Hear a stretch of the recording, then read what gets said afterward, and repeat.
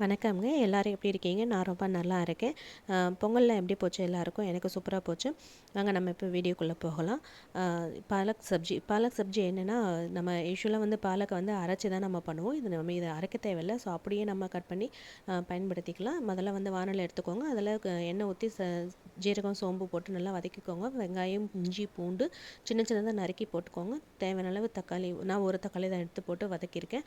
அப்புறம் இது கூட உப்பு, மஞ்சத்தூள், கரம் மசாலா தூள், மிளகாத்தூள், தனியாத்தூள் இதெல்லாம் போட்டு நல்லா வதக்கிக்கோங்க. வதங்கினதுக்கப்புறம் நல்லா வதங்கணும். வெங்காயம், தக்காளி நல்லா வதங்கணும். வதங்கினதுக்கப்புறம் அரிஞ்சு வச்ச கட் பண்ணி வச்ச கீரையும் போட்டு நல்லா வதக்கிட்டு தேவையான அளவுக்கு தண்ணி விட்டு வேக விடுங்க.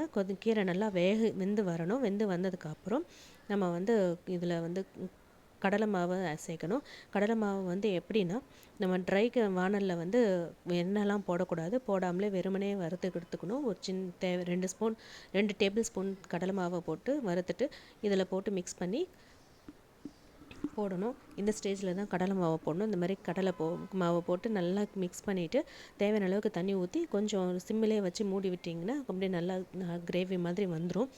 ட்ரை பண்ணி பாருங்கள். இந்த மாதிரி நல்லா கலந்து விட்டுட்டு பாருங்கள். இந்த பக்குவத்துக்கு வந்ததுக்கப்புறம் நீங்கள் கொஞ்சம் ஒரு ஸ்பூன் பட்டர் போட்டு நீங்கள் இறக்கி விட்டுடலாம். நான் வந்து பன்னீரை போட்டிருக்கேன். பசங்க இருக்கிறதுனால அவங்க கேட்டாங்கங்கிறதுக்காக நான் என்னோடய விருப்பத்துக்கு தான் நான் போட்டிருக்கேன். பன்னீர் வறுத்துட்டு போட்டிருக்கேன். நீங்கள் வேணும்னா எப்படி உங்களுக்கு விருப்பமாக இருக்கும் நீங்கள் அந்த மாதிரி ட்ரை பண்ணி பாருங்கள். நல்லா டேஸ்ட்டாக இருக்கும். நான் அன்றைக்கி சப்பாத்திக்கு தான் பண்ணேன். ரொம்ப டேஸ்ட்டாக இருந்துச்சு. பசங்க ரொம்ப விருப்பமாக சாப்பிட்டாங்க. தோசைக்கும் நல்லா இருக்குன்னு நினைக்கிறேன். இந்த மாதிரி தான் சூப்பராக இருந்துச்சு. பசங்க ரொம்ப விருப்பமாக சாப்பிட்டாங்க. ட்ரை பண்ணி பாருங்கள். தேங்க்யூ.